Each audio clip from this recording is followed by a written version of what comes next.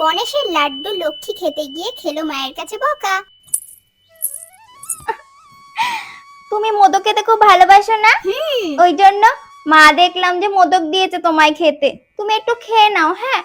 তারপর আমি খাবো, না হলে তো মা আবার আমায় বকাবকি করবে। আচ্ছা বুঝলাম। নে ভাই একটুখানি খেয়ে নে। আচ্ছা দিদি খাচ্ছি। নাম নাম নাম নাম নাম নাম। খেয়েছিস? এবার আমি খাই। হ্যাঁ খাও লক্ষ্মী দিদি। ঠিক আছে। লক্ষ্মী, মা, ভাইকে তো আমি দিয়েছি। ভাইয়ের জন্মদিন ভাই আগে খাবে তো, তুমি খেয়ে নিচ্ছ কেন? ও না মা, দিদি আমাকে দিয়েছে তো, তুমি বকো না দিদিকে। দেখেছো মা, ভাইও বলছে। আচ্ছা ঠিক আছে, ভাই যখন বলছে খেয়ে নাও, ঠিক আছে।